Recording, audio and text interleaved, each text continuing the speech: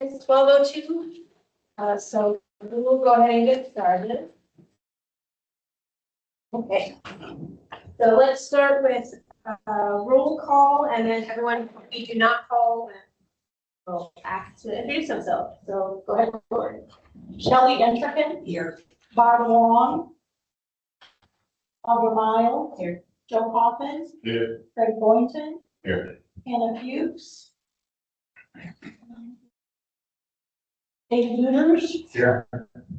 Mary Patton. Allison Borland.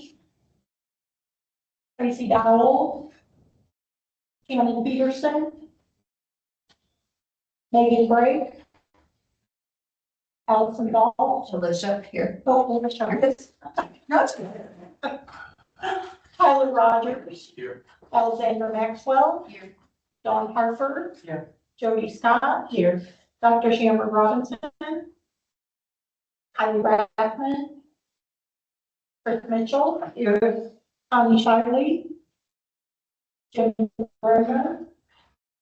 Craig Cassidy.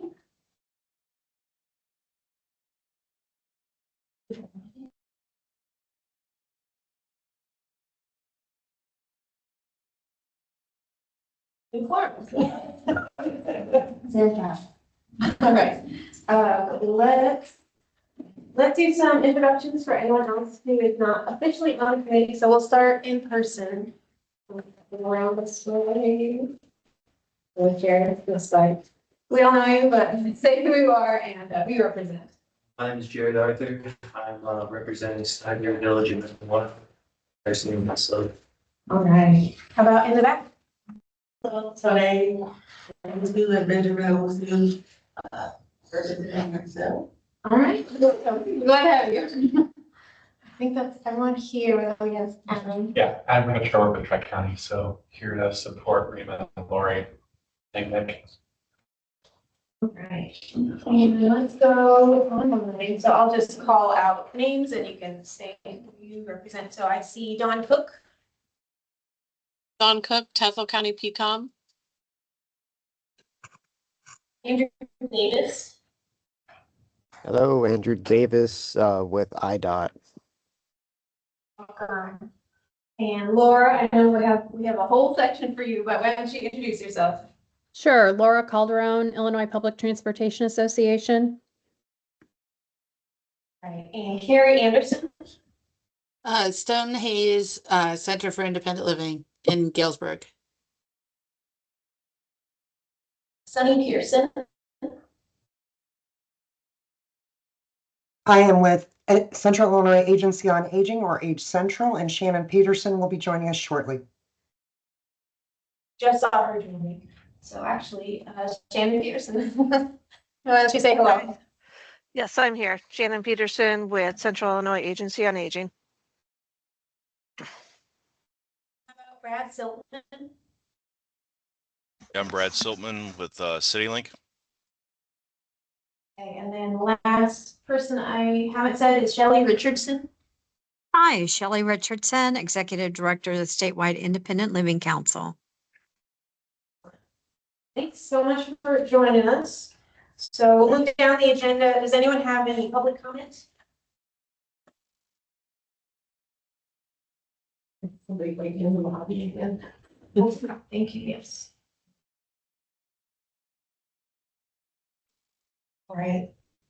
Hello, Brittany. We're still, we just did introductions, so I'm catching you right when you join, but would you mind introducing yourself and say who you represent? Yeah, so I am Brittany Burton, the Assistant General Manager of We Drive You. We power the City Lift and County Link services.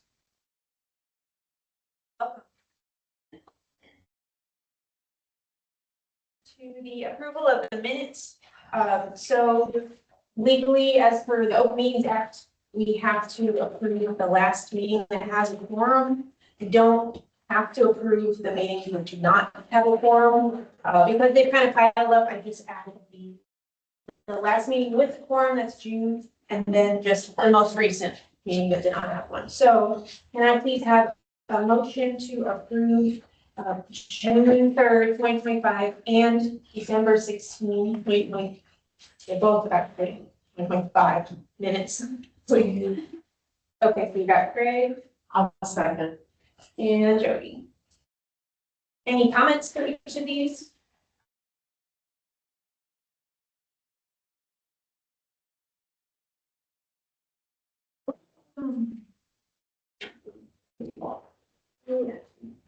Okay.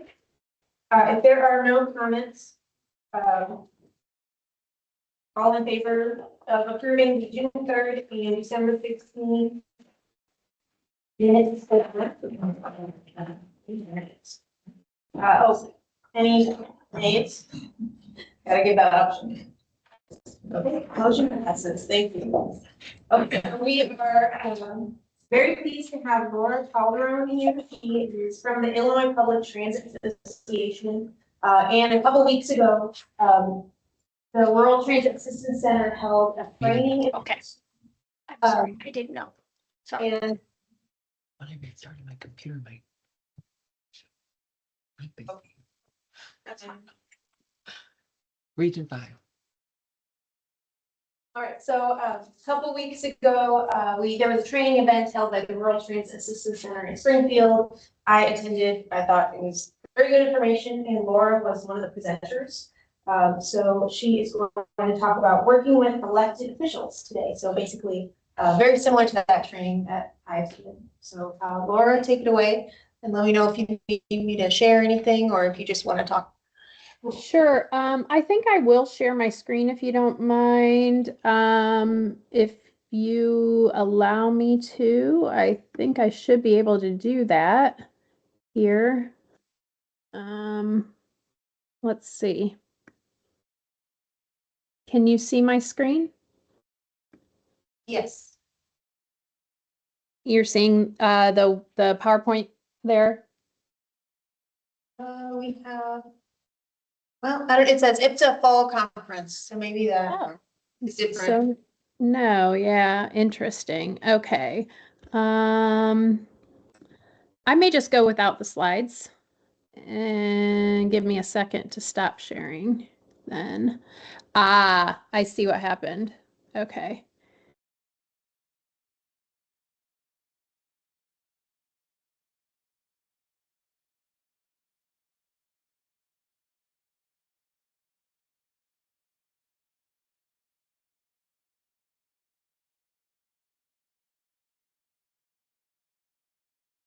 You still there, Laura? Did we lose you?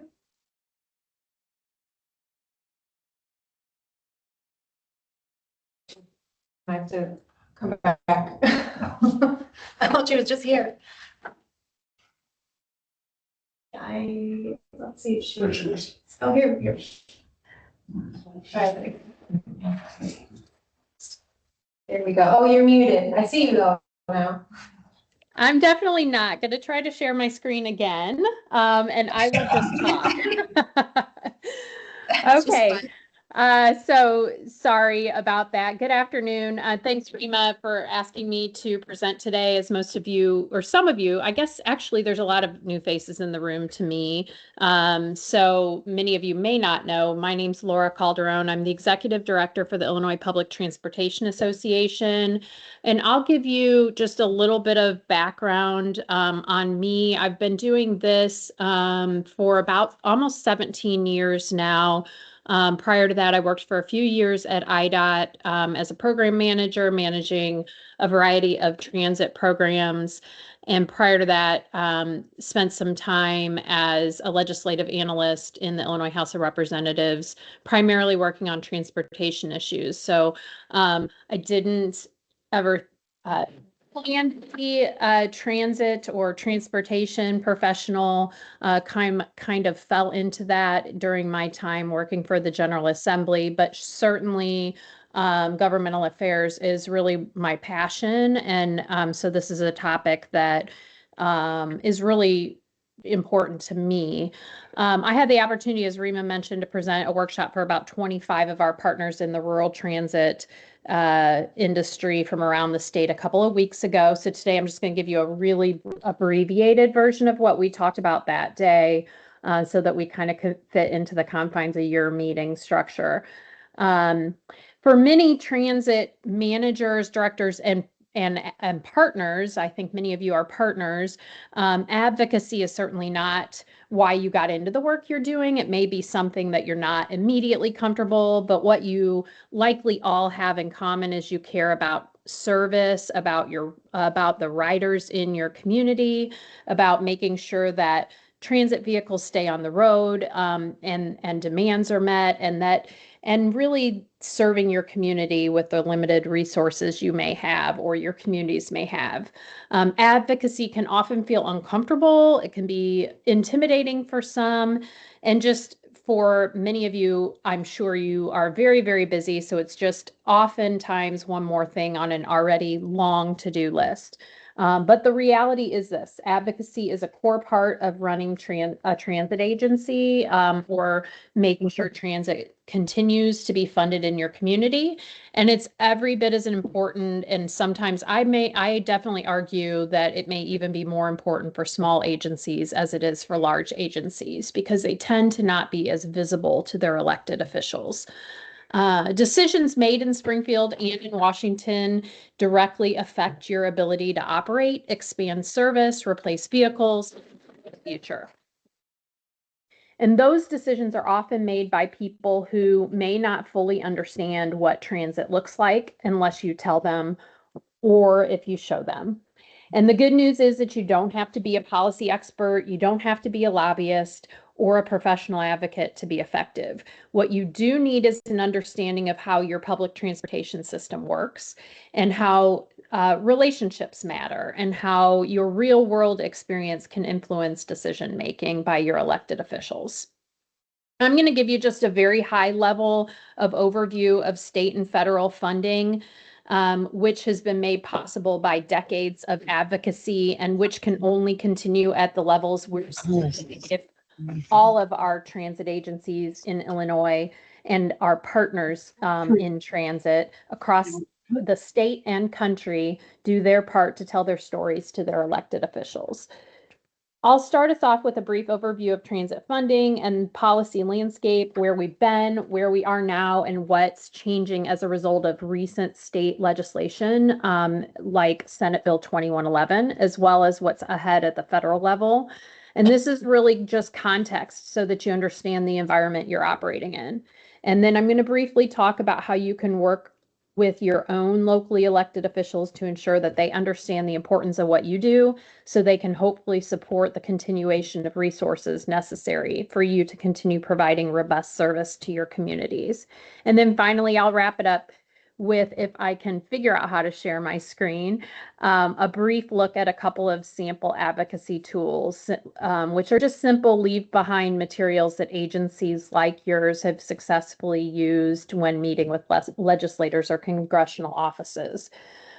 Feel free to interrupt me with questions, or if there's time in your schedule, I'm happy to take some questions at the end. I don't know, exactly what your meeting, what else you have planned for the meeting, so you may or may not have time. From a federal transit funding perspective, you're likely aware of some of the main programs of funding, which include 5311 for rural transit agencies. That's their rural formula funding. Urbanized formula funding, 5307. And then bus and bus facilities, which is 5339, is the primary source of capital funding for bus replacement and facility expansion or construction. And then a program that is not getting a lot of love these days, but has been popular in prior administrations, which is 5339C, which is the low or no emissions vehicle program. And then lastly, technical assistance and working development programs. So that pretty well covers the federal funding overview. From a state funding overview, you're likely familiar with the Downstate Operating Assistance Program. That's a program that to date or historically has funded 65% of eligible operating expenses for our downstate transit agencies. Downstate Transit Improvement Fund is a residual fund that when there's leftover money in that operating fund, money moves into this to fund competitive capital grants to downstate transit agencies.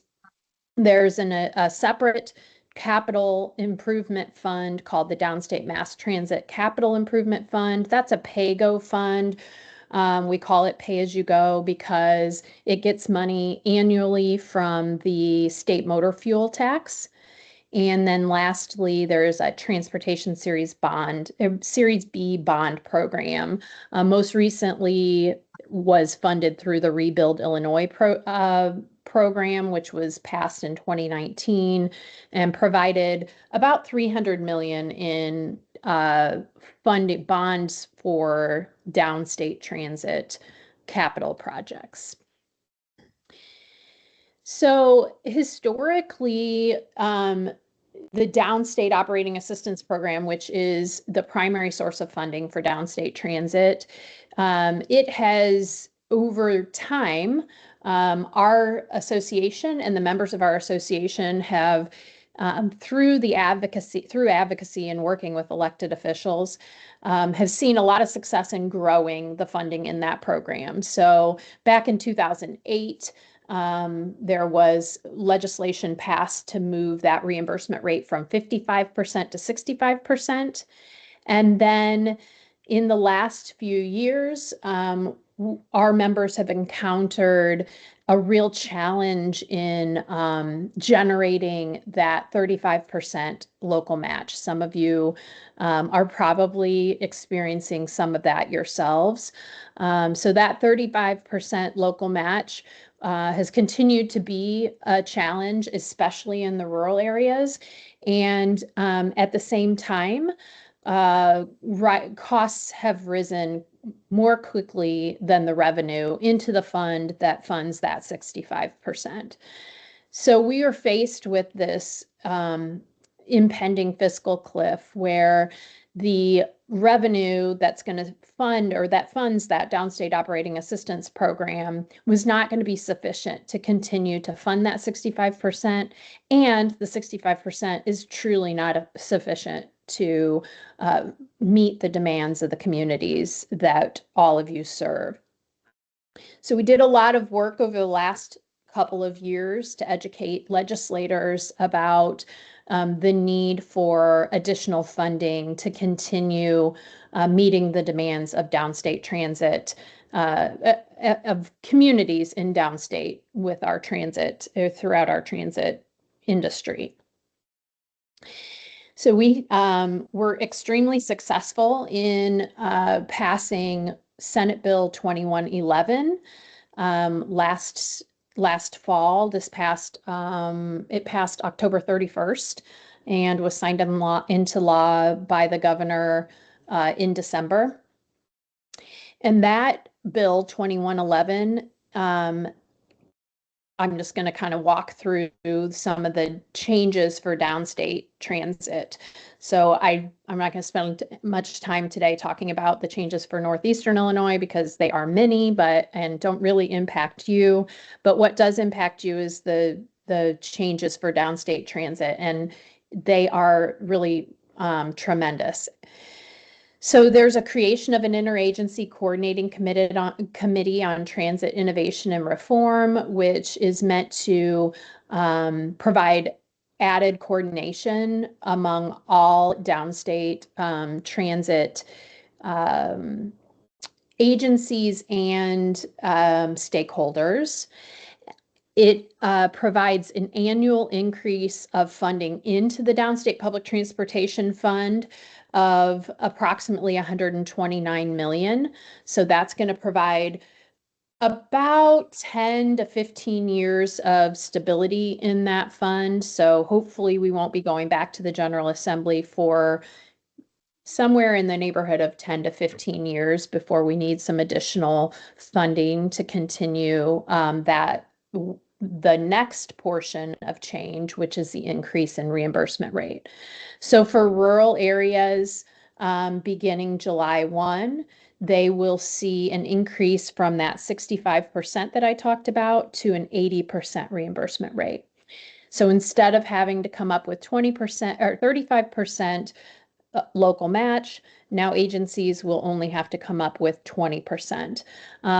Actually, Senate Bill 2111 moves all transit agencies downstate to that 80% reimbursement. But the intention was for urban systems to only get 75%. There was a drafting error that we believe will be fixed this spring before the legislation is even enacted, which when I say enacted, the effective date of the legislation is June 1st. So we believe that urban reimbursement rate will be changed to 75% prior to that June 1st date. So again, for rural agencies, they will move to 80% reimbursement from 65, and for urban agencies, they should be moving to 75% from 65%. So this is going to make a big impact in terms of their ability to continue meeting the demands of their communities. And then lastly, there's a small amount of new capital funding from road fund interest. So there is a fairly significant balance of funding in the road fund and state construction accounts. There will be about a $20 million annual deposit into the downstate mass transit improvement fund for transit capital from the road fund and state construction account interests. So, I talk about these changes both because it's important for you to know about them, and also because I think it's important to recognize what effectively working with our elected officials can accomplish. This was a huge accomplishment and a great big win for transit statewide.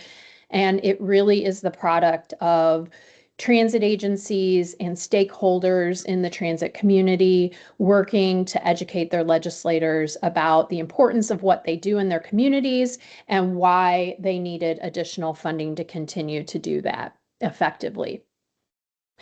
So what's next? What's next, as I mentioned, there's some small cleanup things that need to be done to that legislation that was passed. We expect that to happen this spring. At the federal level, what's next? We've got to tackle FY26 appropriations. Right now, we're operating on a continuing. Well, there's a state shutdown or a federal shutdown, but transit funding continues to flow as part of the continuing resolution. But the biggest thing that's next at the federal level, and why advocacy will be extremely important for transit agencies coming up, is we will be faced with another transportation reauthorization. So at the federal level, every 5 or 6 years, kind of depending on how long the last reauthorization was, we have to reauthorize the funding programs for federal transit. So right now we're operating under IIJA, which will expire at the end of fiscal year 26. And so a lot of work will be done at the federal level to push for a reauthorization. So federally, it's a little complicated. Transit funding or transportation funding has to be both authorized and then annually appropriated. So this year is a big year in pushing for that new authorization. How can you help? How you can help is by telling your stories regularly to your local elected officials. So we always preach that you should be developing these relationships with both the elected officials and their staff in your local communities. So you should be visiting with them in their offices, both your state legislators, your members of Congress, local members of Congress, even your local elected officials like your mayors and your county board members. It's important that they know what you do and that they support continued investment in what you do, because they also have those relationships with the decision makers at both the state and federal levels. So we encourage you to schedule time to meet with your elected officials, go see them in their offices, get to know their staff, get to know them, invite them into your transit agencies, show them what you're doing. If you have groundbreakings or you have ribbon cuttings or you're getting new vehicles delivered, invite them. They love photo opportunities. So those are great opportunities to invite them, thank them for their support of funding that maybe made whatever project you're working on possible. That's a great opportunity to, like I said, thank them, give them the opportunity to see what you're doing, but also give them that opportunity to maybe have a photo op and celebrate a decision that they helped support or a project they helped support. What else can you be doing? Marketing, just marketing your system, talking about your system, whether that's like on social media, or press releases when you have successes or you do great things in your community. Perhaps you partner with someone at Christmas time to do a food drive or a coat drive. These are things you should be talking about. You should be sharing those stories with your elected officials. If you do a regular newsletter, add them to your mailing list. Make sure they're hearing about all the great things you're doing in your community. But what it really boils down to is just developing those relationships. And once you have the relationships established, it always makes it easier to ask for things when you need them. Sometimes it might be a project you need support on, or whatever the case may be. It's always easier to ask if you've already established that relationship. Okay, I am going to try to share my screen because what I would like to do is show you a couple of leave behind, just quick examples of some leave behind materials that some agencies I've worked with. Now I work with transit agencies in Illinois and a few other states as well. So I'm going to show you one from an Illinois transit agency and one from a transit agency in Georgia. If I can figure this out. Okay. Laura, I was able to actually put these in the packet. So, oh, you were. So you have them in front. yes. Great, great, great. Yep. Okay. So the first one is Connect Transit. So you can see, I think the first thing to point out is Connect Transit clearly has like probably someone who has some experience with graphics. You don't have to have that. Great if you do. If you don't, I'm going to show you the second example that's in your packet is by an agency that's smaller and doesn't have maybe as professional graphics, as professional of a graphics person on their staff. But you can see what Connected here is on the first side I'm showing, which I actually would call the back side, but I don't know if there's necessarily a front or back. They're listing their partners, and what this does is just really demonstrate the number of agencies or organizations in their community that they're impacting and that they're serving and working with. And this is nice because maybe an elected official has a connection, a really close connection with one of these organizations. And so I do love this demonstration of all of the different partners, community partners that they have here. And you can see here on both sides at the bottom, there's contact information, which I think is important.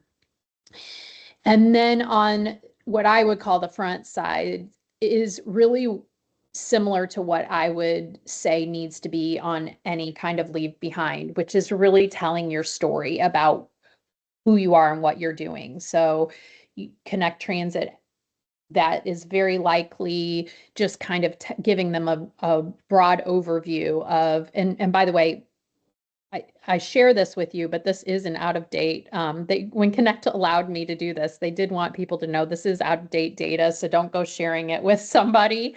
This is really just meant to be a sample, but this is their data. You know, it talks about the population that they serve, the square miles they serve, the number of rides they provide each year.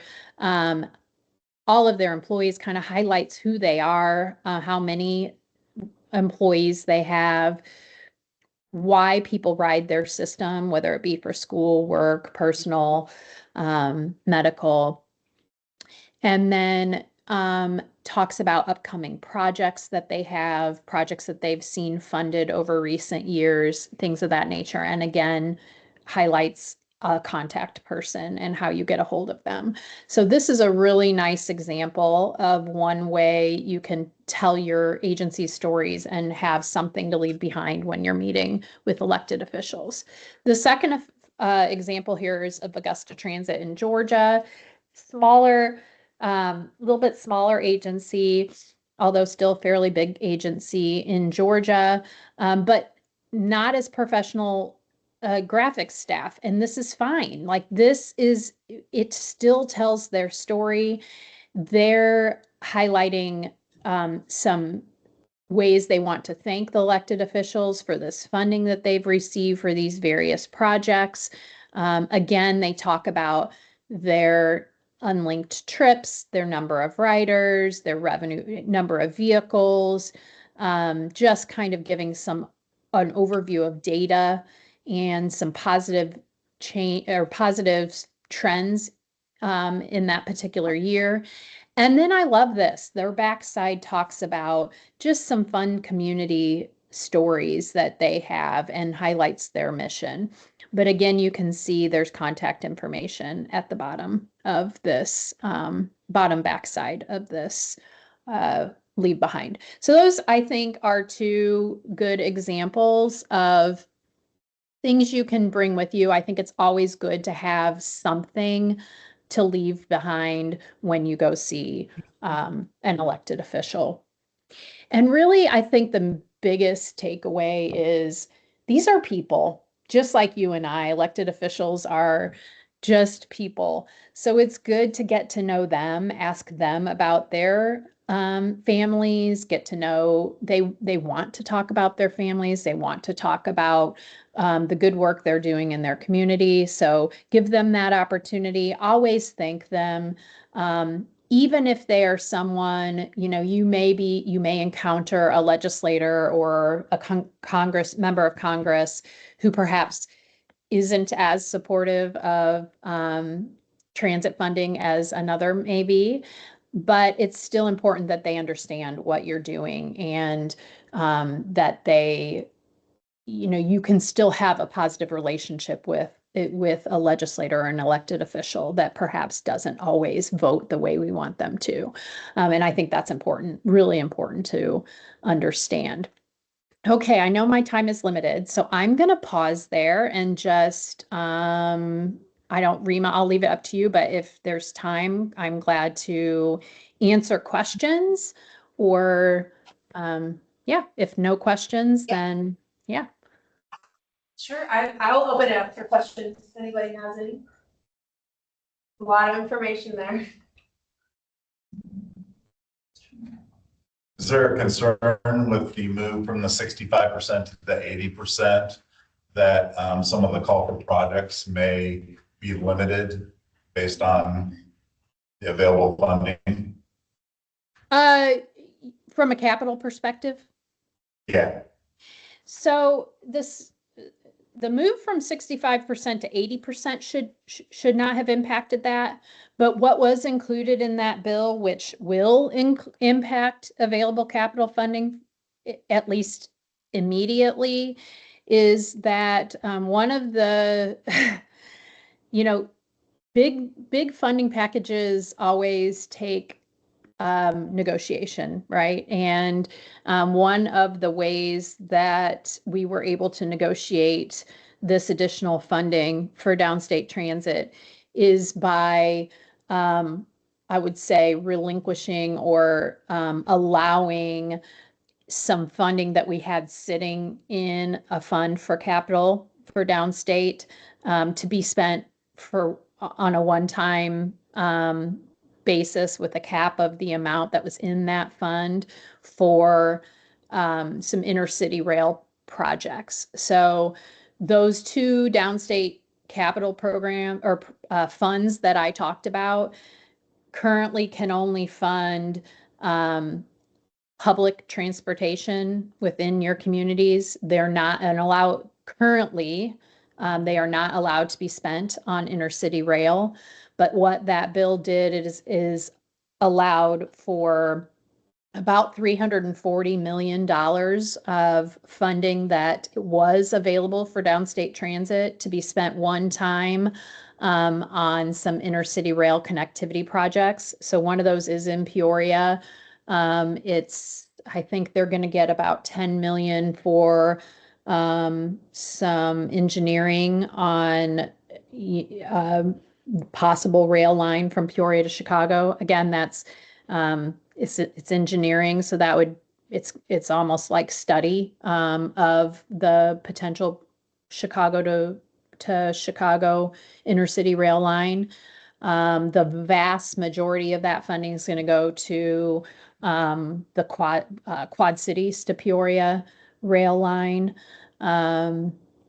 There is a small amount of that funding that's also going to go to the Champaign Airport, which is kind of an odd thing. But again, these were just not things we certainly, I would say, from our association's perspective, not really what we wanted, because that funding currently was supposed to be reserved for downstate transit systems. But we also understood that there were legislators who had some priorities that they wanted to see funded out of this bill. So we're not overly concerned about that funding being gone, that one-time sort of diversion of that funding, because while yes, I think the answer is yes, it will delay the immediate available funding for what was going to be a call for projects this spring. We'll see that money replenished pretty quickly, both from the new interest from the road fund, plus the influx of money in the first couple of years of that 129 million in new money into that operating fund will result in a larger than normal residual fund balance for the first couple of years, which will replenish that that funding in the downstate transit improvement fund. So I think the long answer or the short answer to that question is yes, it will. This bill will impact some funding immediately available for capital call for projects, but that's not as a result from the move from 65% to 80%. That's completely separate of that. Thank you. Any other questions? Probably have time for one more. Everyone? I know it takes me a second to think of a question, so I always get a little bit more. All right. Well, thank you so much, Laura. We really appreciate coming here and sharing what you have. Okay, well, keep up the good work, everyone. Good to see you, and take care, Rima. I'm going to go ahead and log off if you don't have anything else for me. I think that's all. Okay, Thank you. Thank you for having me. Bye.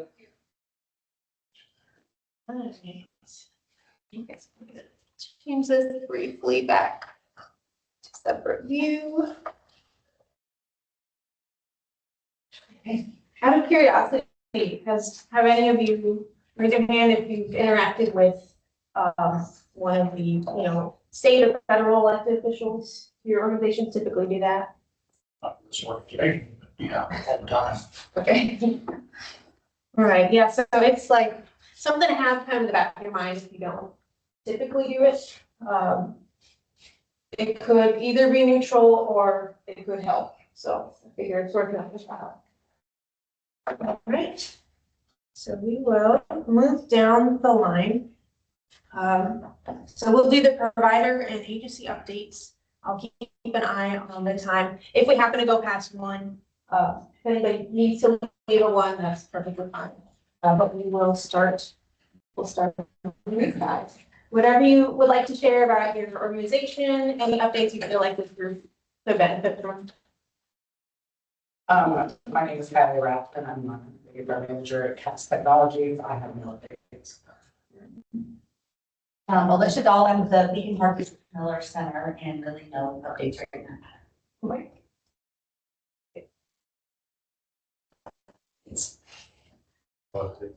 And Scott, I think it's for access, no updates. Yeah, I think abilities. I don't have any. Zoom along. Well, I just want to publicly thank City Lift for Tuesday last week, a very cold day. I had excellent service, and from the two drivers that I had, and dispatch did some finagling. A concern is that currently the policy is that once you name a destination, you can't change it. And when it got late and nobody could help, nobody was to blame. It's, roads and time and everything. I need clarification on that policy to help all the people in all the parts of the journey. But it was cold and they were cheerful and helpful, and I feel bad for the weather conditions, but thankful for the service. Okay, thank you. Nothing new. All right. No, I don't have any. Okay. I would remind folks that if you do have the opportunity to deal with a government official, be it a congressman or local, have your list of projects available with kind of estimates that you have, because if at the end of the year, if they have funding left over, sometimes they are trying to scramble to get some projects accounted for, and you might have that opportunity to do that way. So it's always good to have that money available, or the meat of what your projects are available. It's good to know. Adam? Not specifically tied to transit, but we're starting a project in Germantown Hills for active transportation. So looking to make things better for connectivity and safety for folks that want to ride a bike or walk in that community. So in the event that transit does come to Germantown Hills, and hopefully it should have a easier and safer way to get to buses if and when those happen there. So that's all I got. Thanks. We will move on to our online friends, and I will just go down my list and call your name. And again, if you don't have anything, actually, I skipped over you all. No obligation, but if you'd like to share. Okay, that's fine. Going on to our folks online. So yeah, I'll just call your name. So Brad Siltman, anything to share? No, I don't have anything at this time. Okay, how about Brittany Burton? I have nothing at this time. Okay, Carrie Anderson, Nothing at this time. Thank you. Andrew Davis. Hey, good afternoon, everybody. Here from IDOT. Just going to give you a few updates. Got 3 items. First, where the Chicago office is moving. So if you could bear with us for the next month or so as we move into our new location. Second item, kind of building off what Laura was talking about, especially for our transit providers, is the SF, the fiscal year 2027 DOPE, or Downstate Operating Assistance Program. and the FTA Section 5311 program. A date hasn't been set for the appropriations and applications, but we're going to be, please keep an eye out because there should be an email going out by the end of the month on that, on the 2027. After that is RTAC, the Rural Transit Assistance Center is having, they're going to have their conference in Springfield in March 3rd through the 5th. And there's special training going on Wednesday and Thursday on ADA, or American with Disabilities Act. And it's mainly for compliance for transit managers and supervisors, which is pretty interesting. And that's all that I have. Okay, thank you, Andrew. Moving down to Don Cook. Good afternoon. Just looking forward to the RTAC conference next month. Okay, sounds good. Greg Kane, would you like to share anything? Just an apology for being late. I was busy with the client, but other than that, I have nothing to share. Right, and then for those who have not heard, Greg is the new general manager of City Lift. So he keeps from We Drive You. City Lift and County Link is now covered. Drive You, and Brittany Burton is the assistant general manager. So welcome. And next on my list, I have Sabrina Videnko. Hi, Rima. Sorry, I was on a few minutes late. I just wanted to, I've had an increase of individuals with disabilities under 60 getting transportation. In the last, I would say, week, it feels like it's kind of doubled of what I normally get. So I'm trying to find any sort of cab drivers or anyone that has an accessible van or cab. And it's been kind of difficult in the last few weeks. Remind me where you're located. I am in Spring Valley, Illinois. Does anyone have? So we oversee Marshall, Bureau, Putnam, Stark, LaSalle. All right, that's good to know. If anybody has anything that they think of, then just Let me know, please.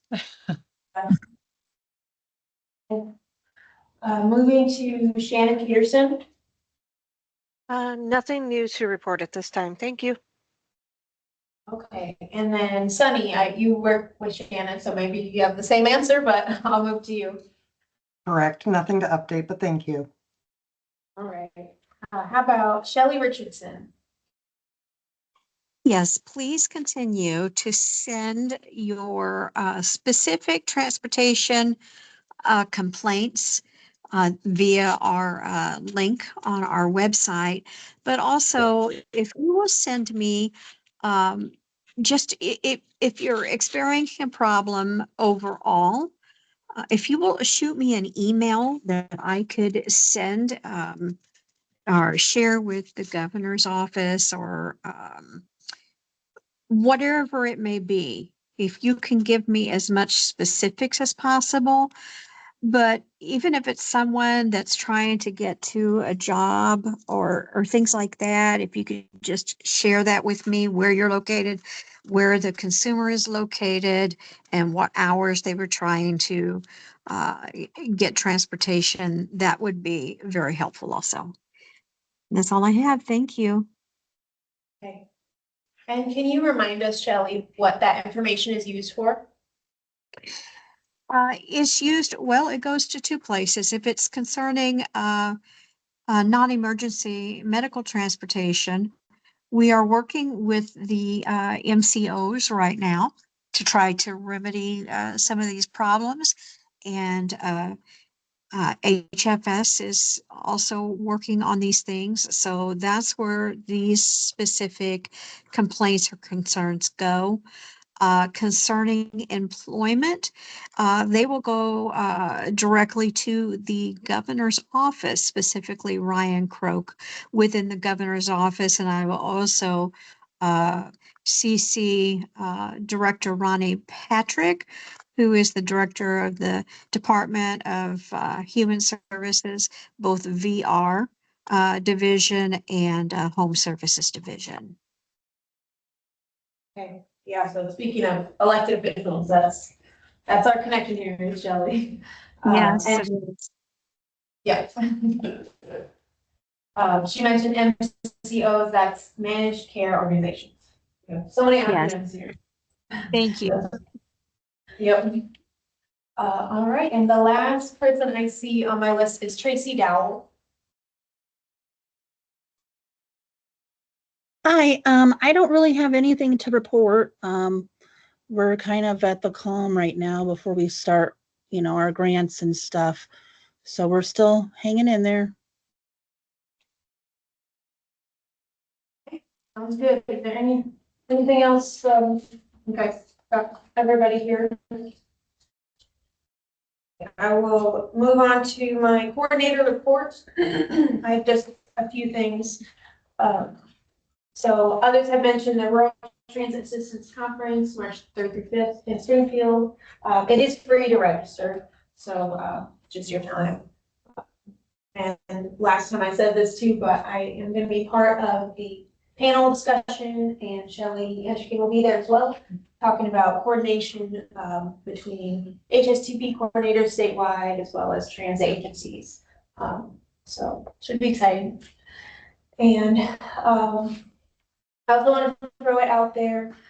So part of my position as the HSTP coordinator is to be able to receive calls and emails about transit services. So every once in a while I get a call or email saying, hey, my mother is having trouble going from this place to this place. We've tried these things, or my client, things like that. I can't promise that I will help. And frequently it's, by the time it gets to me, it's like they've already tried. But I can serve as a resource, so I've gotten these calls and reached out to other HSTP coordinators and asked, in your region, how will you manage this? Or if there is a different agency in town that could help, reach out to them. So that is something that you could utilize, like just if you have questions. I wish I could solve every problem, but at the very least, it's good for me to know about them, because for us to close the gaps, we have to really know about them. So just want to throw that out there. And then last thing on my list is kind of big news. So IDOT, a representative from IDOT reached out to me at the end of last year, and basically out here, so Logan County is going to be joining our HSTP region. This is huge because we have had the same regional boundaries for as far as I know. And so right now we are in Region 5. We have 7 counties. So soon that will grow to 8. Logan County is currently in Region 7. That's kind of the same region as Sangamon County, just to give you a geographic reference. And that's Springfield. They're kind of in a transition phase with their public transportation system. So IDOT spoke with them, determined that it would make the most sense to add them to our region. So we're gonna have a new partner here pretty shortly. And so the question is, how will this affect us here? And so the structure of our committee is based on the number of counties. So I will basically look into the structure of the committee. Will we just add 2 people that represent Logan County? Will we do it in a different way? We haven't signed any contracts yet, but it's coming down the pipeline. If you all have specific opinions about this, I need to sit down and see how best to manage that. So basically the structure of this committee will be affected, as well as the bylaws, depending on how the structure will shake out. And the next time we update our HSTP documents, so this is something that we update every few years or so, will include Logan County. So I don't know much about their transportation there. It's a rural community, but I'm gonna learn pretty soon. So if anybody has connections to Logan County, then we'll welcome them into the party. So that is upcoming, and once I have more information, I will let you all know. This will be affected as well. So I'll end on big news. Okay, so I will, I guess, does anyone have further questions? I can't answer really about the details yet. I basically said what I know, but if you have any questions, I can try. All right. Okay, moving on to other, one final question. Does anyone have any shout outs for events or anything you want to prepare for? Something like that. Okay. All right, the next meeting is Tuesday, April 7th at 12 p.m. Same time, same place. And I will, once I have more information about adding Logan County, how that will look for all of you, but yeah. All right, so meeting adjourned.